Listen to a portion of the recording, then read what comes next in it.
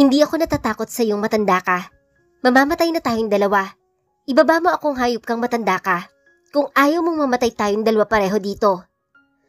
Nagulat kami sa lakas ng sigaw ng aking asawa, kaya napatingin kami dito at agad ko itong tinakbo sa pagitan namin nang makita ko siyang nagwawala habang nakaupo na sa kama at kumukumpas ng kamay na tila pa nakikipagbunuan, kaya mabilis ko siyang ikinulong sa aking mga bisig habang si Luke naman ay mabilis na tumawag ng doktor. Napaiyak ako sa aking narinig sa aking asawa. Ramdam na ramdam ko ang panginginig ng buo niyang katawan. Ramdam ko ang takot niya. Wala akong kwentang tao nang dahil sa akin ay nangyari ito sa aking asawa. Bumukas ang pintuan at iniluwa nito ang doktor at ang aking kaibigan. "Dok, tulungan niyo po ako. Nagwawala ang asawa ko at may sinisigaw siya na sa tingin ko ay ang nangyari sa kanya sa loob ng taxi bago ang aksidenteng naganap," ani ko, at mabilis na lumapit sa amin ang doktor at sinuri-suri siya at dumating din ang nurse upang bigyan siya ng pampakalma. Nang kumalma na ang aking asawa ay agad ko siyang inihiga sa kama upang mas masuri siya ng maayos ng doktor. "Pare, anong nangyayari sa kanya?" Tanong sa akin ng kaibigan, ngunit tanging iling lamang ang aking nagawa dahil wala naman akong alam na maisasagot sa kanya. "Hayaan muna natin siyang magpahinga. Sa tingin ko, unti-unti nang bumabalik ang mga alaala niya.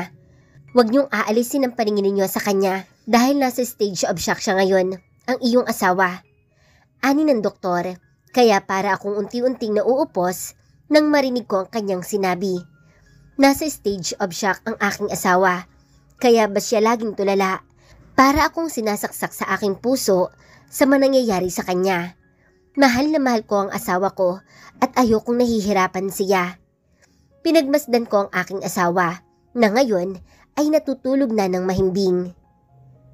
"Pare, anong nangyari sa kanya?" Humahagos na pumasok si Patrick sa loob ng silid ng hospital. "Nasa state of shock daw siya ngayon," sabi ng doktor. "Nagsisisigaw siya kanina at sa tingin ko, yung mga sinabi niya kanina ay ang nangyari sa kanya habang nakikipagbuno siya sa driver ng taxi. Mas pinili niyang mamatay kaysa mapa sa kamay ng hayok na matandang iyon. Sobrang sakit pare na ganun pala ang nangyari sa aking asawa. Kasalanan ko ang lahat ng to," wika ko habang tumutulo ang aking mga luha. "Huwag mong sisihin ang sarili mo dahil wala kang kasalanan. Ang lahat ng nangyari ay kasalanan ng demonyong matandang yon," wika naman ni Patrick. "Tama siya bro, kaya huwag mong sisihin ang sarili mo," ani naman ang aking mga kaibigan. Pinagmasdan kong muli ang natutulog kong asawa at nalulungkot at nasasaktan ako sa nangyari sa kanya. Nilapitan ko siya at bumulong ako sa kanyang tenga. "I love you baby. Magpagaling ka na dahil bubuo pa tayo ng isang masayang pamilya," bulong ko, at naramdaman ko naman ang pagkilos niya na tila ba narinig niya ang sinabi ko, kaya napangiti ako. Humiga ako sa kanyang tabi at niyakap ko siya habang natutulog. Gusto ko pagising niya ay mukha ko ang una niyang masisilayan. Nagising ako at nagulat nang mapagtanto ko na nakatulog pala ako, kaya napatingin ako sa aking orasang pambisig. 6:00 na pala ng umaga. Hindi ko man lamang namalayan na napahimbing na pala ako ng tulog. Marahil ay sa sobrang pagod na rin ang aking nararamdaman kahapon. Napatingin ako sa aking tabi at tulog na tulog pa rin ang aking asawa. Kaya hinimas ko ang kanyang mukha at hinalikan ang tungki ng kanyang ilong. Napakaganda talaga ng asawa ko. Para siyang anghel na bumaba sa lupa. "Hindi kaya matunaw yung asawa mo sa mga titig mo?" Boses ni Samuel, kaya napatingin naman ako dito. "Kanina ka pa ba dyan?" ani ko sa kanya. "Nope, mga 5 minutes bago ka magising," ani niya, kaya tumayo na ako mula sa pagkakahiga at nagtungo sa banyo. Pagkalabas ko ng banyo ay may mga pagkaing inihahain ng aking kapatid, kaya naupo na ako sa silyang nakatapat sa table at sinimulang kumain. "Kumusta na si Audrey? May pagbabago ba?" ani niya sa akin, kaya ikunento ko naman sa kanya ang mga nangyari kagabi at maging siya ay nalulungkot sa nangyari kay Audrey. Zaimon, isang boses ang nagpalingon sa akin sa kinahihigaan ng aking asawa. Audrey, gulat kong ani, kaya halos madapa ako sa paglapit sa kanya. Baby, nandito na ako. Naalala mo na ba ako? Ani ko sa kanya. Ngunit wala naman akong nakuhang tugon mula sa kanya at nagsimula naman siyang tumitig sa malayo, kaya nagkatinginan kami ni Samuel. Baby, Audrey, please, talk to me. Nandito na ako sa tabi mo. May kailangan ka ba, mahal ko? Ani ko muli sa kanya, ngunit wala akong nakuha kahit na isang tugon mula dito.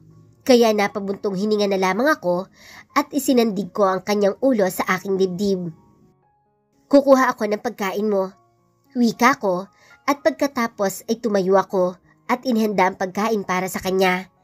Nagpabili ako ng sopas dahil bata pa lamang kami ay sopas na ang kinahihiligan niyang kainin.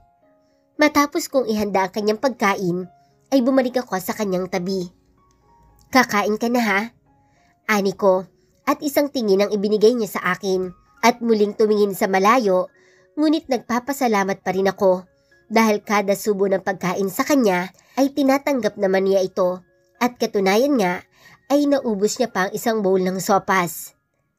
Very good, wait lang ha at ikukuha kita ng tubig, wika ko. 2 katok sa pintuan ang nagpaangat ng aming ulo.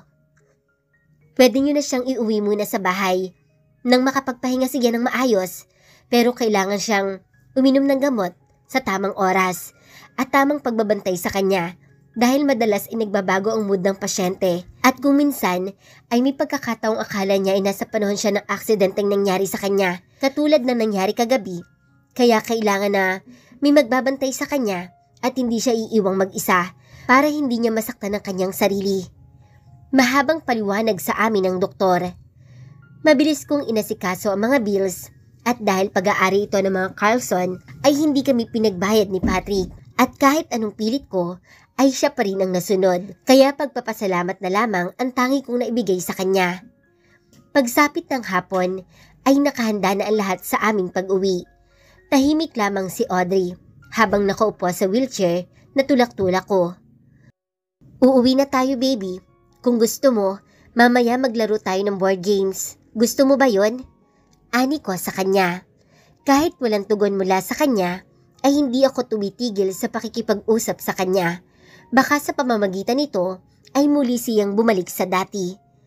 Pagkarating namin ng bahay, ay agad ko siyang binuhat at dinala sa kanyang silid, habang si Samuel naman ang nagpasok ng lahat ng mga gamit ni Audrey.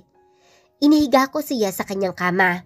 Pagkatapos, ay tinabihan ko lamang siya. Agad siyang tumalikod mula sa akin, kaya nakaramdam naman ako ng lungkot, ngunit okay lang naman sa akin dahil alam ko naman ang kanyang kalagayan. I love you baby. I love you with all my heart. Bulong ko sa likuran ng kanyang tenga nang bigla siyang humarap sa akin na nakatitig lamang sa aking mukha, kaya pakiramdam ko tuloy ay hindi ako makakilos at naistatwa na ako.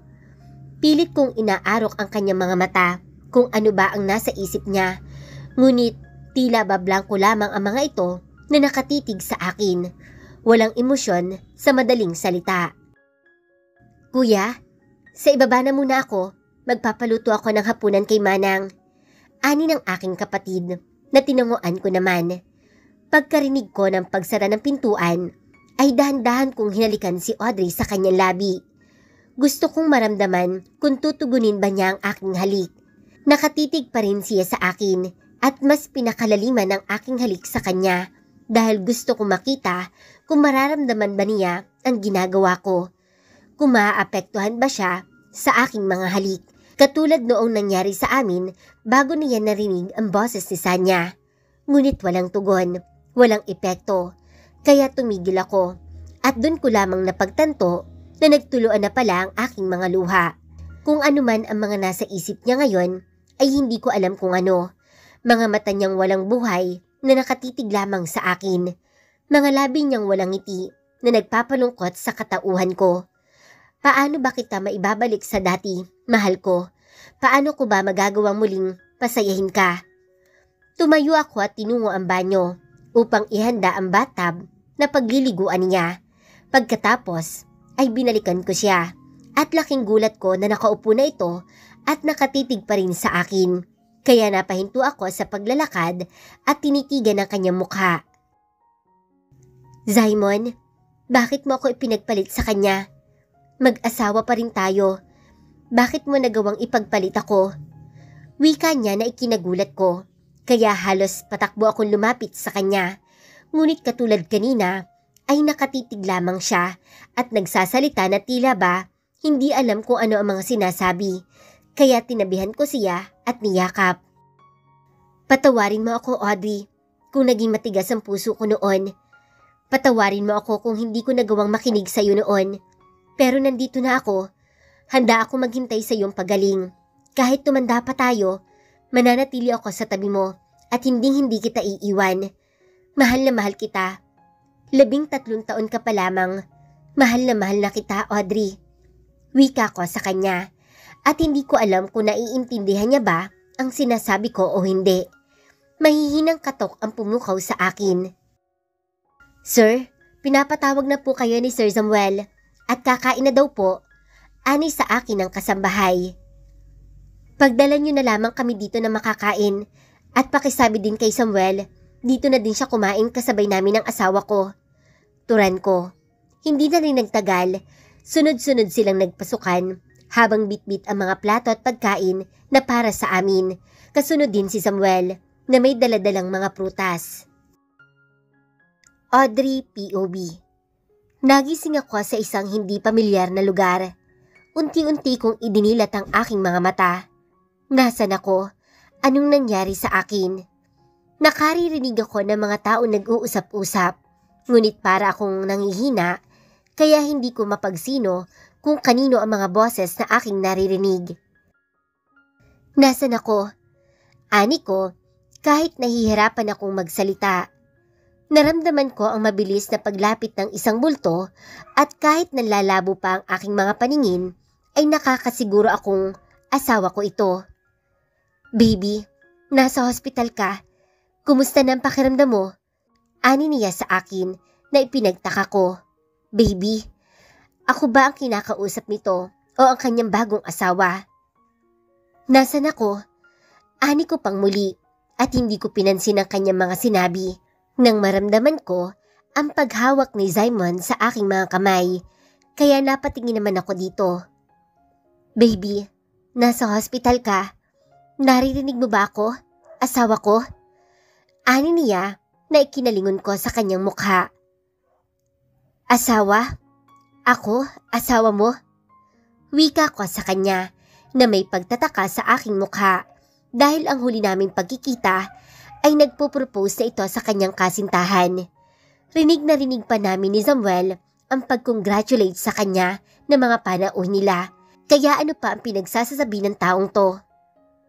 Yes, baby. Ako ang asawa mo. Hindi mo pa rin ba kami naaalala? Ani niya, kaya nalilito ako sa kanyang sinasabi. Hindi ko sila naaalala. Bakit hindi ko sila naaalala? Ano ba ang nangyayari? Naguguluhan ako. Kailanman ay hindi ko makakalimutan ang mga sinabi niya sa akin kung paano niya ako pinagtabuyan at pinili ang babaeng iyon. Bigla ko na lamang naipikit ang aking mga mata nang maalala ko ang nangyaring aksidente sa akin at ang matandang manyakis na gusto akong gawa ng hindi maganda.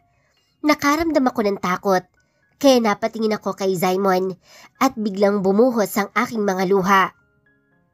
Iligtas niyo ako sa driver. Gusto niya akong saktan. Malakas kong sigaw, kaya bigla na lamang akong niyakap ni Zaimon at dahil na rin sa matinding takot na aking nararamdaman, ay napayakap ako sa kanya. Baby, ligtas ka na. Wala ka nang dapat pang ipag-alala dahil ligtas ka na. Naalala mo na ba ang nangyari sa'yo? Naalala mo na ba kami? Ani niya, kaya napatango ako habang patuloy lamang ako sa aking pag-iyak. Bigla kong naramdaman ang mga kamay niya sa aking balikat na inilayo ako sa kanyang katawan. Pagkatapos ay pinakatitigan ang aking mukha. Bumalik na ang mga alaala mo? Nanlalaki ang mga mata niyang ani sa akin. Kaya ngayon ay naiintindihan ko na Mukhang nagka-amnesia ako. Marahil ay sa pagkabangga ng taksing sinasakyan ko. Napatingin ako kay Samuel at sa dalawang kaibigan ni Simon at gulat din ako na makita ko dito ang lalaking nakasabay ko sa eroplano, kaya napakunot ang aking noo na nakatitig lamang sa kanya. Patrick? Ani ko habang titig na titig lamang ako sa kanya at nagtataka ako kung bakit kasama nila ito dito sa hospital. Hi, akala ko hindi mo ako maaalala. Nakangiting ani niya sa akin habang ako naman ay nalilito pa rin. Anong ginagawa mo dito? Kilala mo ba sila? Ani ko sa kanya na ikinagulat naman nila, kaya napakunot ang aking noo. Magkakakilala ba kayo? Magkakaibigan? Hindi ko maintindihan ang mga nangyayari. Naguguluhan ko pa ring ani. Dumating ang doktor na tinawag nila, kaya hindi na nakasagot pa si Patrick, pero baka sa kanilang mukha ang matinding pagkagulat at pagtataka. Huwag kayong mag-alala at hindi naman magtatagal. Maaalala niya lahat na nangyari sa kanya. Ani sa kanila ng doktor, marahil ay nakikita nito ang matinding pagkagulat at pagtataka sa kanilang mga mukha. Dahil ako naman ay nagtataka kung bakit nandito si Patrick. Ang natatandaan ko lang naman ay napakasuplado niya. Ilang pagsusuri pa ang ginawa sa akin ng doktor. Pagkatapos ay masaya niyang iniharap ang aking asawa at ang kapatid at mga kaibigan nito. She's back. Magaling na ang asawa mo at pwede mo na siyang iuwi anytime. Baka mamaya lamang ay bumalik na sa kanya ang lahat ng alaala niya tungkol kay Patrick. Ani niya na ikinakunot ng aking noo. Alaala tungkol kay Patrick? Ano ba ang sinasabi ng mga to at hindi ko sila maintindihan? Naguguluhan ako sa mga pinagsasasabi nila. Magsasalita na lamang sana ako nang biglang isa-isang nagbalikan ng mga alaala na kasama ko si Patrick, si Simon, ang mga ginawa namin at ang mga sinabi niya at pangako niyang pagmamahal. Napahawak ako sa aking ulo at ipinikit ko ang aking mga mata nang maramdaman ko ang bahagyang pagkirot nito. Audrey, are you okay? Ani ni Samuel. Baby, anong nangyayari sa'yo? Tura naman ni Simon, kaya napaangat ako ng aking ulo at napatingin ako kay Patrick na naiiyak. Naalala ko na ang lahat, Pat. Naalala ko na kung paano mo ako inalagaan. Naalala ko na kung paano mo ako pinotektahan. Salamat, Pat. Umiiyak kong ani at nagmamadali akong tumayo at mabilis ko siyang nilapitan at niyakap ng mahigpit. Naramdaman ko ang pagkagulat niya, ngunit panandalian lamang ito at gumanti din siya ng yakap sa akin. Para akong batang humahagulhol sa kanyang dibdib dahil na rin siguro sa sobrang pagpapasalamat ko sa kanya dahil nailigtas niya ang buhay ko. Wala yun, Audrey. Ginawa ko lang ang tama. Wika niya, kaya napasanding ang aking ulo sa kanyang dibdib. Napakabuti niyang tao, kaya nagpapasalamat ako dahil may taong katulad niya na handang tumulong para sa mga taong katulad ko. Audrey?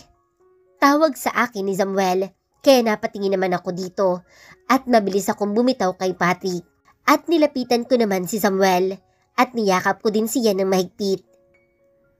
Sorry Samuel, kung umalis ako nang walang paalam noon. Masyado lang ako nasaktan dahil sa pagtataboy sa akin ni Simon at dahil sa pagpropose niya sa kasal ng kanyang kasintahan. Mas ninais ko na lamang na lumayo upang hindi ka na madamay pa sa akin. Masyado ko nang nagulo ang buhay ninyo, kaya pinili ko na lamang na magpakalayo-layo at nagawa ko magpalit ng pangalan upang hindi niyo ako mahanap pa. Hindi ko naman alam na mapapahamak ako ng ganoon. Ani ko sa kanya habang umiiyak ako. Wala kang dapat ihingi ng sorry. Naiintindihan kita. Si Kuya Simon, Audrey, may dapat kang malaman tungkol sa kanya. Ani niya, kaya umiling-iling naman ako.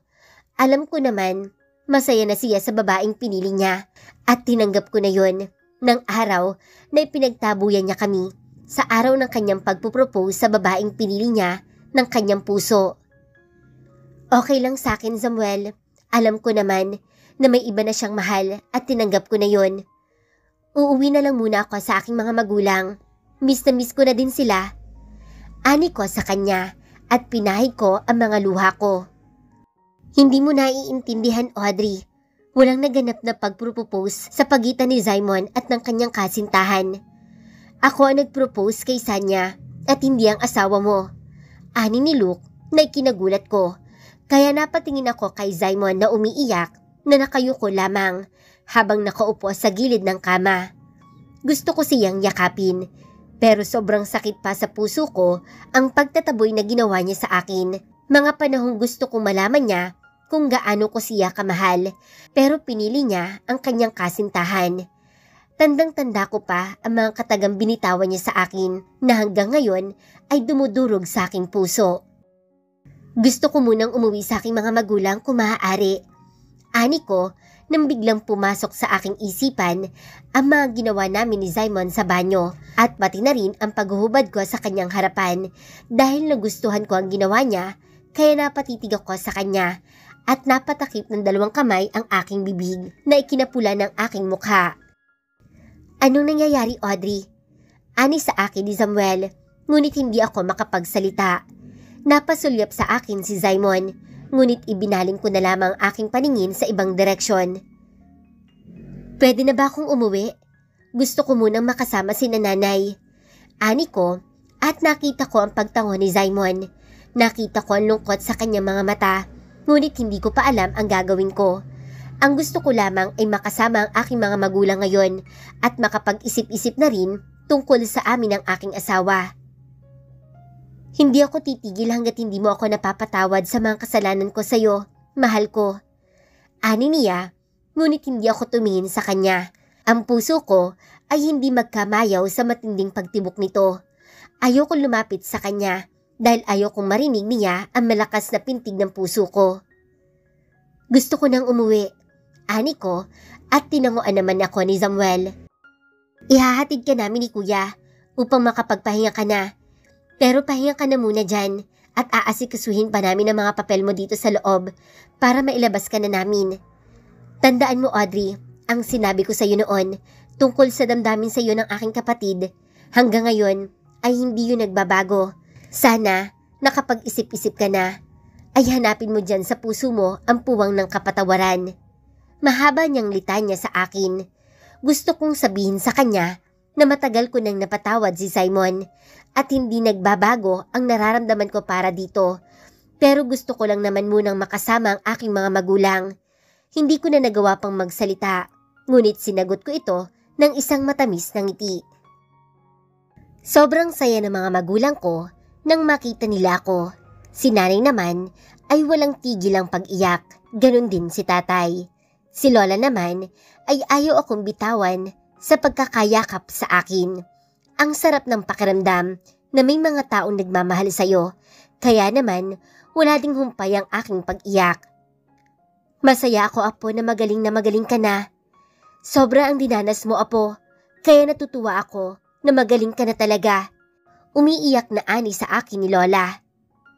Patawarin niyo po ako kung matagal po akong lumayo sa inyo. Hindi ko na po kayo iiwan. Mananatili na po ako sa tabi ninyo. Pagkawika ko, ay natigilan naman si Lola, maging ang aking mga magulang. Paano ang asawa mo, Apo? Alam mo ba na ginawa niya ang lahat na hanap lamang kayo ni Samuel noon? Mahal na mahal ka niya, Apo. Ani ni Lola, kaya napatingin naman ako kay Simon na nakatitig lamang sa akin. Okay lang po ako, Lola. Hayaan niyo na po muna dito si Audrey dahil gusto niya kayo makasama. Dadalaw na lamang po ako dito araw-araw. Seryoso namang wika ni Simon, kaya ibinaling ko muli ang aking paningin sa aking mga magulang. Pwede po ba ako magpahinga na? Medyo masakit po kasi ang aking ulo. Pagsisinungaling ko dahil ang totoo, ayoko munang makaharap si Simon dahil ayoko maapektuhan ng sarili ko dahil sa nakikita ko lungkot sa kanyang mga mata. Sige na, magpahinga ka na, baby ko. Babalik na lamang ako mamaya dito. Nandyan lang ako kina Daddy. Pag kailangan mo ako, tumawag ka lang at darating agad ako. Ani ni Simon, ngunit tango lamang ang aking isinagot at nagmamadali na akong pumasok sa aking silid. Hindi ako titigil, Audrey, hanggat hindi mo ako ibinabalik sa buhay mo. Malakas niyang ani at narinig ko pa ang bahagyang pagtili ng aking lola na tila ba kinikilig kaya napairap na lamang ako. Pagkapasok ko sa aking silid ay napahawak ako sa aking dibdib habang nakasandal sa aking pintuan.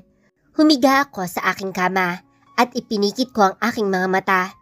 Napapangiti na lamang ako habang naaalala ko ang mga sinabi niya sa akin kanina. Pero ano ang nangyari sa kanila ni Sanya? Ang sabi niya sa akin ay masaya na siya dito, kaya palayain ko na lamang siya at lumayo ako. Pero bakit si Luke ang nag-propose dito?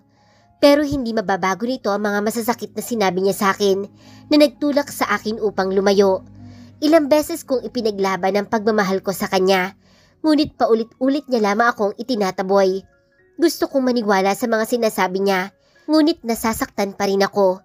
Hindi naman sa nagdadrama ako, pero hindi mawala sa isip ko ang ginawa niyang pagtataboy sa akin, ang pag-amin niya ng pagmamahal para kay Sanya, na masaya ito sa piling ng babaeng yon.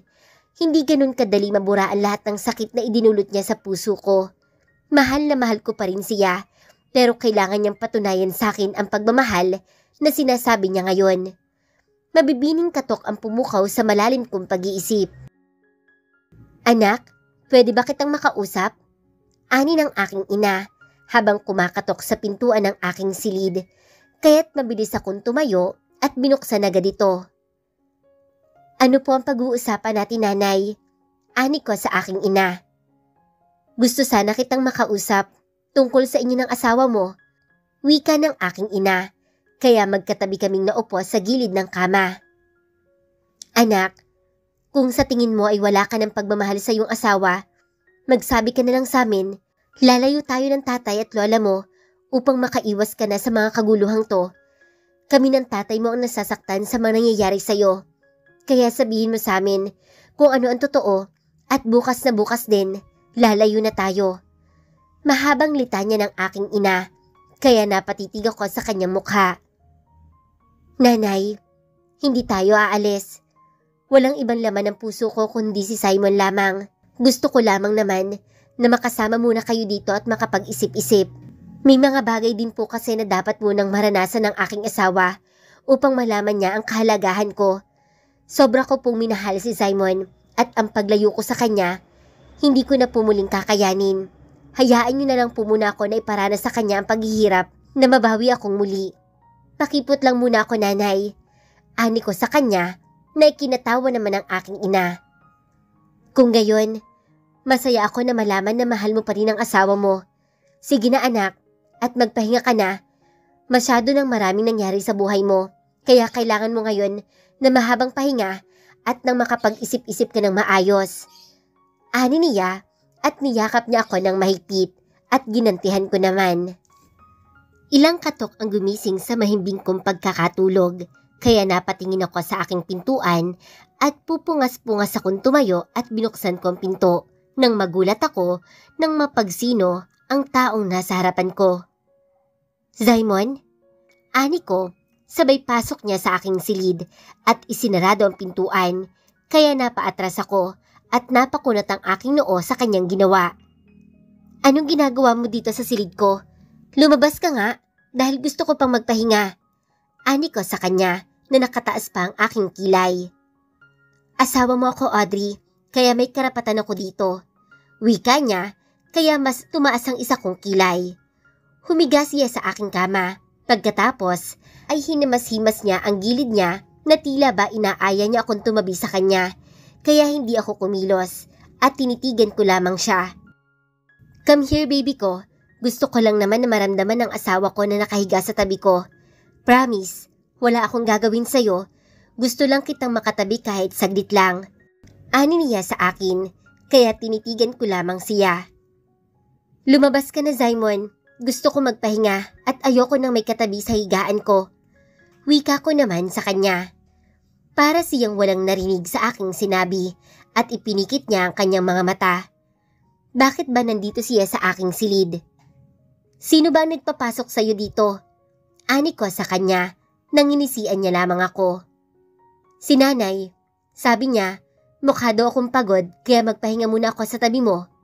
Wika niya, kaya naparol ako ng aking mata. Si nanay talaga.